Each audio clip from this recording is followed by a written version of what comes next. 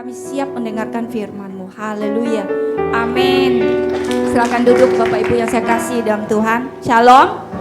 Tadi waktu kita angkat pujian, ya Tuhan ingatkan aku bahwa tadi ada satu pujian yang katakan bahwa seumur hidupku aku memuji Engkau. Jadi Tuhan ingatkan, benar enggak? Seumur hidup kita mau mengikut Tuhan. Seumur hidup kita, tantangan masalah apapun di depan kita, benar enggak? Kita itu mau setia, kita itu mau tetap ikut Tuhan. Apa yang kita nyanyikan bukan hanya sekedar lagu pujian, tapi itu sebagai komitmen janji kita kepada Tuhan. Bapak Ibu yang saya kasih, adik-adik yang saya kasih dalam Tuhan, kita renungkan, benar enggak? Sisa hidup kita, perjalanan kita, benar enggak? Kita itu mau memuliakan Tuhan. Yang benar-benar keluar dari dasar hati kita. Kita memuliakan Tuhan, mengasihi Tuhan. Bukan karena, oh aku itu supaya aku terima berkat Tuhan. Aku setia supaya aku terima berkat. Atau aku harus setia, kalau enggak aku takut Tuhan hukum. Bukan itu yang Tuhan mau. Tuhan yang ingin dapatkan adalah hati yang benar-benar tulus. Hati yang benar-benar mengasihi, benar. Engkaulah Tuhanku. Bagaimana keberadaanku, apapun masalah, tantangan, lembah baka di depanku, Engkaulah Tuhan. Satu-satunya pengharapanku. Itulah yang Allah inginkan keluar dalam mulut kita. Amin. Firman malam hari ini saya kasih tema mengandalkan Tuhan di tengah tantangan. Saya dikasih tema di dalam Mazmur 84 yang pasalnya yang ke-6. Firman Tuhan di ayat 6 berbicara seperti ini. Boleh kita sama-sama membacanya? 2, 3. Berbahagialah manusia yang kekuatannya di dalam Engkau, yang berhasrat mengadakan ziarah. Bapak Ibu, ya kita sampai di sini dulu ya. Terus semangat. Terima kasih. Bapak Ibu yang saya kasih dalam Tuhan, firman Tuhan berbicara, berbahagialah manusia yang kekuatannya di dalam Engkau, yaitu di dalam Tuhan, yang berhasrat mengadakan ziarah. Ziarah itu berarti berjumpa dengan Tuhan, suatu kerinduan kita untuk ketemu Tuhan. Ya, jadi saya ingat beberapa bulan yang lalu saya liburan ke Tupak Sewu ya. Jadi Tupak Sewu ini ternyata sebelum kita turun ke bawah itu dia kasih lihat keadaannya seperti apa. Jadi semangat turun kita itu ya luar biasa. Belasan orang yang ikut, hanya kita berlima yang sampai ke tujuan. Yang lain itu tinggal di atas. Karena nggak mampu dengan keadaannya, medannya yang jalannya yang cukup lumayan curam juga sangat melelahkan ya Bapak Ibu. Jadi dia hanya jalannya setapak. Jadi begitu kita kalau turun terus, begitu naik terus. Nggak kasih kesempatan kita ngaso gitu loh. Jadi kita kalau udah turun kita nggak bisa lelah, berhenti sejenak, itu nggak bisa. Karena orang di belakang itu ngantri mau turun. Karena jalannya setapak, kita nggak bisa. Orang lagi ngantri kita mau turun, kita mau nggak mau harus berjuang untuk turun. Waktu naik juga demikian. Kita nggak bisa bilang, wah aku stay sebentar, aku capek, aku lelah. Nggak bisa. Kayak kita istilahnya kayak tangga dalam rumah lah, tangga rumah kalau yang kecil gitu ya. Jadi orang itu ngantri di belakang, mau nggak mau kita harus ya berjalan terus gitu loh. Jadi begitu kami turun, kami lihat pemandangan yang begitu indah ya. Dikatakan 1000 mata air ya. Jadi di tengah itu bolong seperti ini ya. Jadi indahnya itu luar biasa. Ya, cukup terbayarkan kelelahan kami, kecapean kami. Di situ saya boleh melihat keindahan yang begitu indah. Jadi mereka ini dikatakan sangat bersukacita itu mengadakan ziarah, mereka itu ada kekuatan di dalam Tuhan, mengandalkan kekuatannya di dalam Tuhan.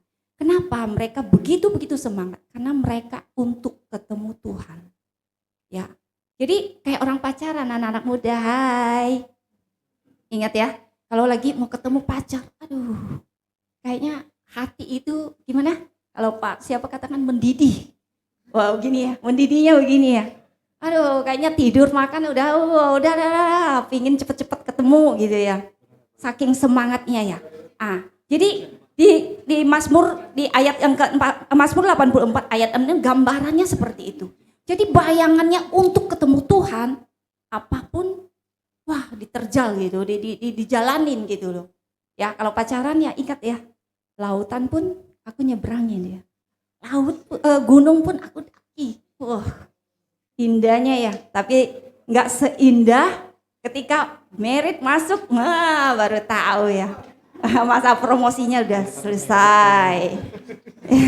Jadi di dalam bangsa Israel Yehuda ini dia mengadakan ziarah itu, mereka itu ada tiga ziarah ya yang besar dalam setahun, yaitu tercatat di dalam Ulangan 16 itu ada di pasal ayat yang 1 sampai 17. Bapak Ibu bisa baca di rumah ya.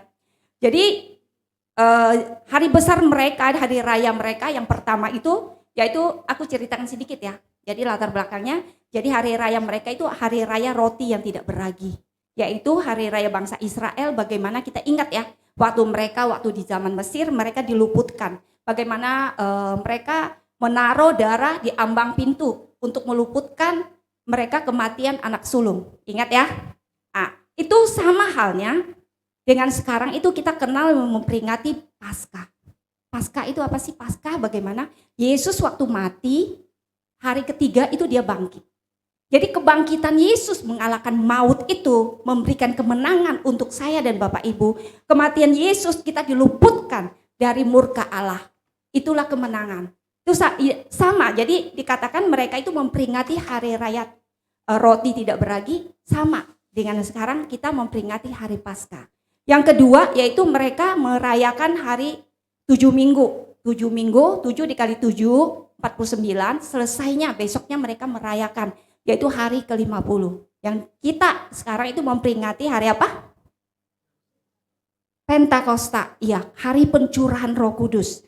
Ya, mereka bilang ini dikatakan kalau bahasa Ibrani mereka katakan hari raya Shavuot. Ini memperingati hari raya Pentakosta.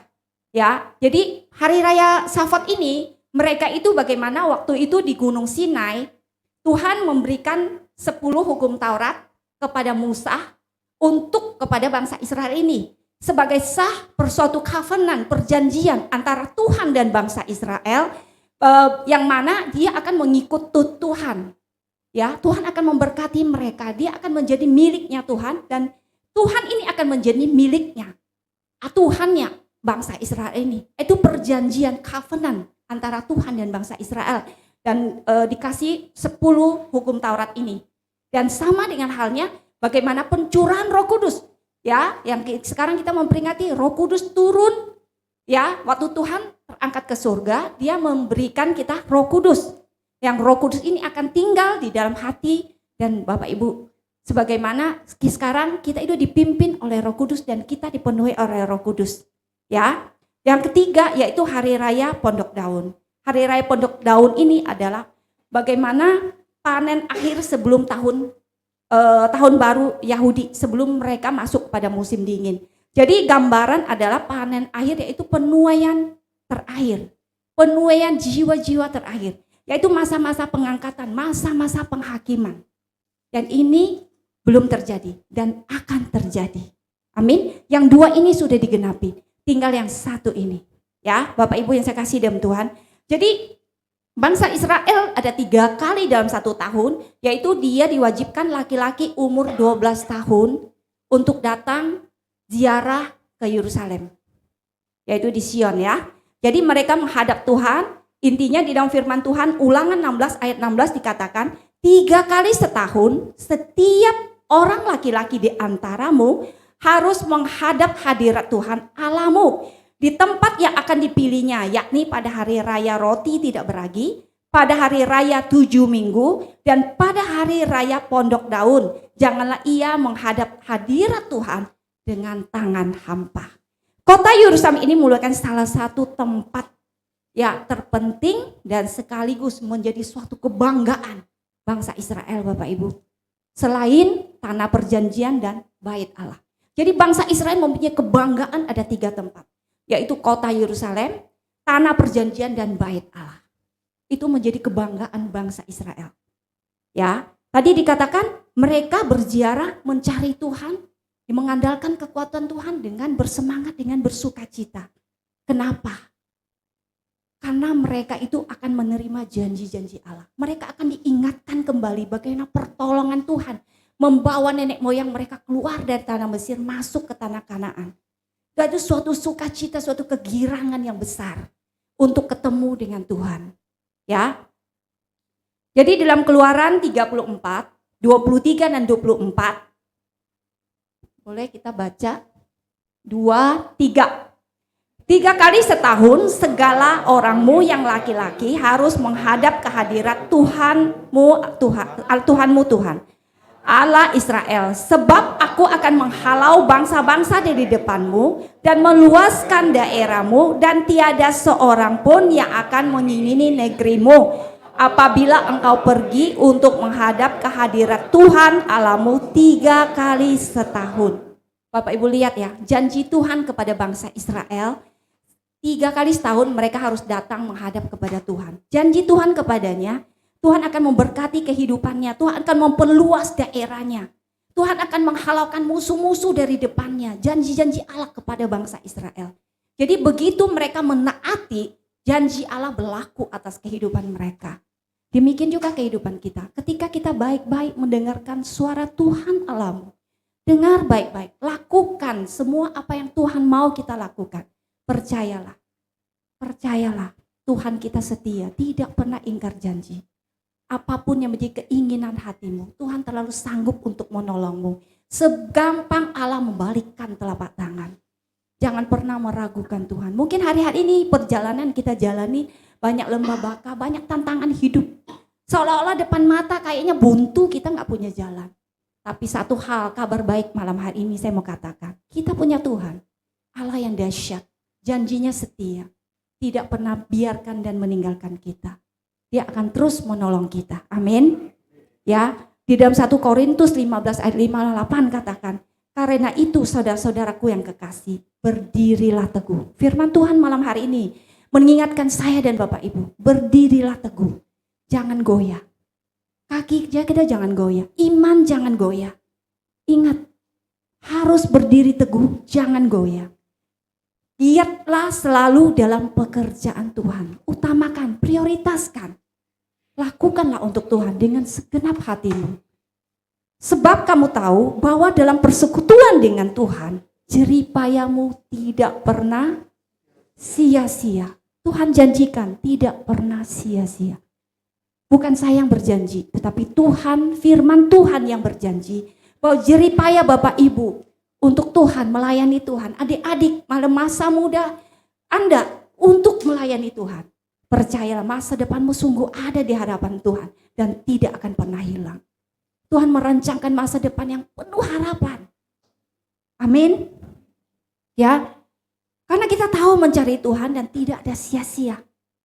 Ya, karena suatu kerinduan untuk berada dalam hadirat Tuhan. Makanya mereka mendapat kekuatan yang baru. Ya, kayaknya kekuatan yang baru yang mereka dapatkan itu bukan berasal dari kekuatan mereka, tapi sesungguhnya kekuatan yang daripada Tuhan melingkupi mereka, memampukan mereka. Makanya dikatakan ada kekuatan di dalam Tuhan. Bapak Ibu yang saya kasih dalam Tuhan, dalam mengiring Tuhan kita butuh bagaimana kita mendisiplin diri kita dalam hal rohani. Carilah Tuhan setiap waktu. Kita cari Tuhan bukan Senin Kamis. Tuhan mau kita bergantung kepadanya setiap waktu. Setiap waktu, setiap keadaan. Saya nggak bilang kita setiap waktu, oh kita kusuk doa terus dalam kamar ya, nggak demikian. Persekutuan kita dengan Tuhan dengan berbagai hal. Ketika kita lagi mengadakan kegiatan, lagi kerja, lagi nyetir, lagi naik motor, bangun hubungan dengan Tuhan. Dalam hal-hal kecil pun ngobrol gitu loh, ngobrol dengan Tuhan. Bapak Ibu saya percaya ada suatu kegirangan kita dengan Tuhan. Hubungan kita dengan Tuhan ada suatu gairah yang tidak bisa diungkapkan dengan kata-kata. Ada suatu sukacita. Sekalipun tantangan besar depan kita. Tetapi hubungan itu akan membuat kita suatu kegairahan yang meluap di dalam hati kita. Ya. Jadi kita akan diberi kekuatan baru untuk menjalani hari demi hari. Di ayat yang ke-7, boleh kita baca sama-sama? 2. Ya boleh. Mazmur 84 ayat yang ke-7. Apabila melintasi lembah Baka, mereka membuatnya menjadi tempat bermata air. Bahkan hujan pada awal musim menyelubunginya dengan berkat. Amin, Bapak Ibu. Ya, jadi kita tahu ya, mereka berziarah ke Yerusalem itu bukan perjalanan seperti kita, ya, pakai mobil, ya, ber-AC, terus jalan tol, enggak demikian. Kalau zaman dulu mereka itu berjalan kaki. Bapak Ibu bisa ngebayangin? Mereka itu berjalan kaki. Jalan yang mereka tempuh bukannya jalan yang licin, yang rata. Ada kalanya naik gunung, turun gunung, lembah. Disitulah dikatakan, ya dalam perjalanan mereka itu bukan hanya fisik yang lelah, tetapi mereka itu terancam bahaya dalam perjalanan mereka. Penuh perjuangan, penuh tantangan. Ya, bahkan nyawa pun bisa terancam. Jalan yang mereka tempuh itu dikatakan curam. Makanya disebut lembah Baka. Arti lembah Baka itu apa sih? Lembah tangisan, lembah kekeringan. Yaitu berbicara tentang penderitaan, air mata, kesusahan, masalah, persoalan. Hari-hari ini saya percaya, hari-hari yang tidak sedang dalam keadaan baik-baik. Amin. Benar? Bapak Ibu, hari-hari yang kita lewatin sekarang, dikatakan lembah bayang-bayang maut. Istilahnya lembah Baka yang kita ada di hadapan kita. Persoalan masalah di depan kita. Ya, berbicara kesulitan hidup, tantangan hidup. Ada kalanya kita merasa kita udah sungguh-sungguh mencari Tuhan. Kita udah sungguh-sungguh melayani Tuhan. Tapi toh, kok aku belum melihat berkat Tuhan? Kok aku belum melihat jawaban Tuhan? Kok aku belum bisa merasakan Tuhan berkati hidup saya gitu loh. Bapak Ibu, kalaupun Tuhan izinkan kita ada di lembah Baka, Tuhan izinkan yang terjadi apapun di depan kita. Ya, ada satu janji Tuhan yang perlu kita ingat. Di ayat 7 dikatakan apa? Dikatakan, boleh kita baca? Apabila melintasi lembah Baka, sampai di sini ya. Catat baik-baik, melintasi. Ya. Jadi dikatakan melintasi. Melintasi kita selamanya di situ. Kalau melintasi itu apa? Lewat. Jadi Tuhan itu membawa kita melewati lembah Baka, melewati persoalan, melewati masalah, melewati tantangan hidup. Tuhan tidak biarkan kita stay di situ. Enggak akan. Ya, Tuhan nggak pernah janjikan itu yang menjadi tujuan saya dan Bapak Ibu.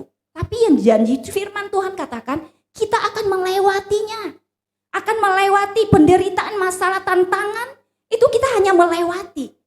Ya, kita tidak dikalahkan oleh penderitaan, kita tidak dikalahkan oleh tantangan. Kita tidak akan dikalahkan oleh persoalan hidup kita. Ya, karena tujuan kita adalah Sion, Yerusalem, bukan lembah Baka. Percayalah. Ya, Tuhan izinkan itu lembah Baka kita lewatin supaya apa? Supaya Tuhan melatih iman kita. Supaya kita pegang Tuhan lebih erat. Ketika ada masalah, ada tantangan, persoalan datang, Tuhan mau. Ketika kalau anak kecil kalau lagi takut bersama orang tuanya dia gimana? Ih takut, dia pegang mamanya kencang-kencang. Begitu juga Tuhan. Ketika kita melewati lembah Baka, Tuhan mau kita itu pegang dia makin erat. Semakin bergantung kepada dia. Berharap kepada dia. Itulah yang Tuhan maukan. Di dalam kehidupan saya dan Bapak Ibu. Tuhan mau kita pegang dia erat-erat.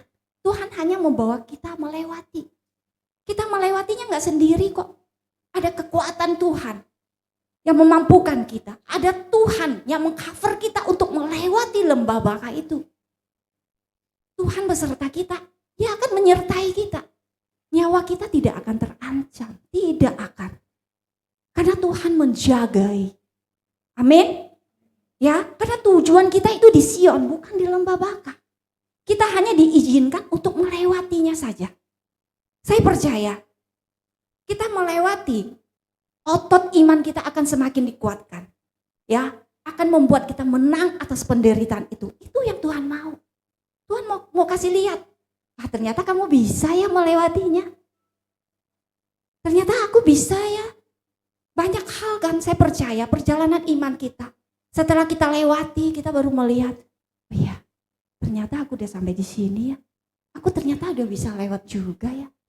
Itulah pengalaman-pengalaman itulah yang akan membuat pondasi iman kita, kepercayaan kita kepada Tuhan bisa benar-benar kokoh dan tidak tergoyahkan. Amin. Bapak Ibu mau mengubah lembah Baka menjadi air, menjadi mata air. Firman Tuhan katakan mengubah lembah Baka menjadi mata air. Amin. Ya, saya dan Bapak Ibu adik-adik kita mampu mengubah lembah Baka itu menjadi mata air. Ya, saya kasih contoh. HP saya besar apa kecil? Besar apa kecil? Kecil ya. HP saya ini kecil. Tapi kalau HP saya ini saya taruh di depan mata saya.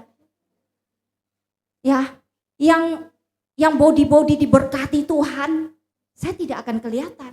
Saat HP ini saya taruh di sini, saya tidak kelihatan body yang diberkati Tuhan, yang makmur, tidak kelihatan. Kenapa? Karena saya lihat HP saya itu besar sekali. Tetapi HP ini kalau saya taruhnya di sana, saya menarik diri dari HP ini, maka saya akan melihat HP saya itu kecil sekali. Begitu juga masalah di depan kita. Kalau kita melihat masalah itu ada di depan kita, kita pikirin terus, maka masalah itu akan semakin dimanja dan semakin jadi-jadi dan semakin besar dan sangat besar. Kita tidak bisa melihat Tuhan karena kita ditutupin oleh masalah itu. Tapi ketika kita menarik diri, masalah itu akan jadi kecil. Tuhan kitalah yang besar. Amin. Bapak Ibu mau menaruh masalahmu, menarik diri dari masalahmu. Pandanglah Tuhan yang terlalu sanggup, tangan Tuhan yang terlalu kuat, sanggup menolong saya dan Bapak Ibu. Ya. Begitu juga ketika kita berjalan. Dalam perjalanan misalnya ada batu besar di depan kita. Ya. Ketika kita melihat ada batu besar di depan kita, apa yang akan kita lakukan? Ayo, kalau kita misalnya nih lagi nyetir atau lagi jalan lah, ada batu besar di depan jalan kita. Hah? Coba, yang menghindar, coba cari jalan alternatif. Cari jalan lain. Yang mau tembus, ayo, ya. Jadi batu ini akan berbicara itu persoalan kita. Kalau kita cari jalan alternatif, cari jalan yang baru, itu belum tentu jalan yang terbaik, belum tentu. Tetapi kalau batu itu di depan kita, ya kita mau nerobos batu itu. Jadi itu kita akan melihat, jadi bagaimana perspektif kita itu memandang, sudut pandang kita itu memandang sesuatu. Cara kita memandang itu akan mengubah kehidupan kita. Kalau kita memandang batu itu menjadi masalah di dalam kehidupan kita, ya udah, kitanya nggak bisa apa-apa. Kita akan dikalahkan oleh masalah itu. Tetapi kalau kita berani menerobos masalah itu, ya kita akan jadikan batu itu bukan batu masalah, bukan batu halangan. Kalau orang yang melihat batu itu menjadi batu sandungan, kalau kita melihatnya itu ada batu loncatan. Amin. Kita akan jadikan batu loncatan. Itulah bagaimana mengubah cara pandang kita. Itu penting sekali ya. Jadi kita tidak melihat batu itu sebagai halangan.